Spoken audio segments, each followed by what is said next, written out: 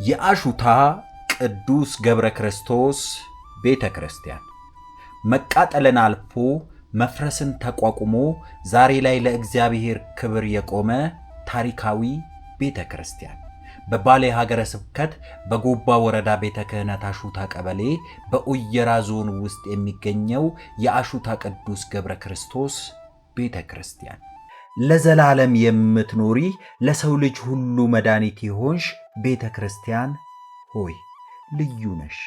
አባ ጊዮርጊስ ዘጋስጫ። ታሪኩ የሚጀምረው በ2006 ዓመተ ምህረት ነው። ይህ ቦታ በክቡር አቶ ተሾመ አዱኛ ለጋስነት የተሰጠ ስፍራ ነው። ነገር ግን በወቅቱ የነበረው የወረዳ አስተዳደር ለዚህ ቀበሌ አንድ ቤተ ክርስቲያን ብቻ ይበቃል በማለት እዚህ ቦታ ላይ ቤተ ክርስቲያን እንዳይታነጽ ከፍተኛ ተጽዕኖ አድርጎ ነበር።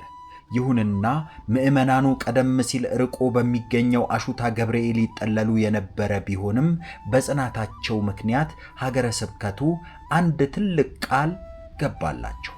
ቦታው ስለተገኘ እንደ እግዚአብሔር ፍቃድ በዚህ ምድር ላይ እኛ ሕንፃ ቤተ ክርስቲያኑን ሙሉ ወጪ ሸፍነን እናንጽላችኋለን በማለት በብፁዕ አባታችን ቃል ተገባላቸው። በተገባው ቃል መሰረትም ይኸው ዛሬ በመናኙ አባታችን ቅዱስ ገብረ ክርስቶስ ስም የሚያምር ሕንፃ ቆሞላቸዋል። ከዛም በአባታችን ቡራኬ ሕንፃው የቅድስና አገልግሎት ጀመረ። በመቀጠል በ2007 ዓመተ ምህረት የደብሩ ሰንበት ትምህርት ቤት ተመሰረተ። ቀደም ሲል በአካባቢው አንድ ሰው ክርስትና ለማንሳት ለካህናትና ዲያቆናት አበል እስከ 3000 ብር የሚደርስ ከፍተኛ ወጪ ይጠየቅ ነበር። አሁን ግን እግዚአብሔር ይመስገን ቄሰ ገበዝ መምህር ገዛኸኝ ድሪባ ከመጡ በኋላ ስርዓቱ ተስተካክሎ ለካህን 500 ለዲያቆን 200 ብር ብቻ እንዲሆን ተደርጓል። አሁንም የሕንፃው ማማር ብቻውን አልበቃም።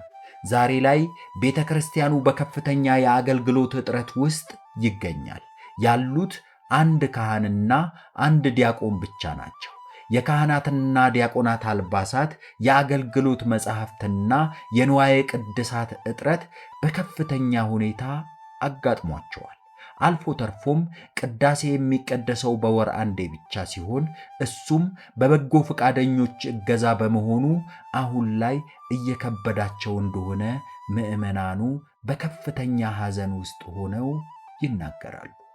የአሹታ ምዕመናን የወንጌል ረሃብና ጥማት አለባቸው።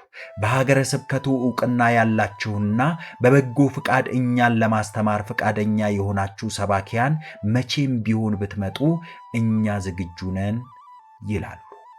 የቅዱስ ገብረ ክርስቶስ በረከት የደረሳችሁ ኦርቶዶክሳውያን በሙሉ ይህንን የተባረከ ስፍራ በንዋየ ቅድሳት በአልባሳትና በወንጌል አገልግሎት እንድትደግፉ ጥሪያችንን እያስተላለፍን የዛሬውን ቅኝታችንን ጨረስን።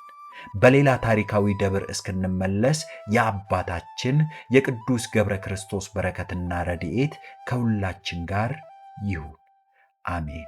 የኢትዮጵያ ኦርቶዶክስ ተዋሕዶ ቤተ ክርስቲያኖችን ገጽታና ታሪካቸውን የማወቅ ፍላጎት ያላችሁ ይህንን አካውንት ፎሎ አድርጉ።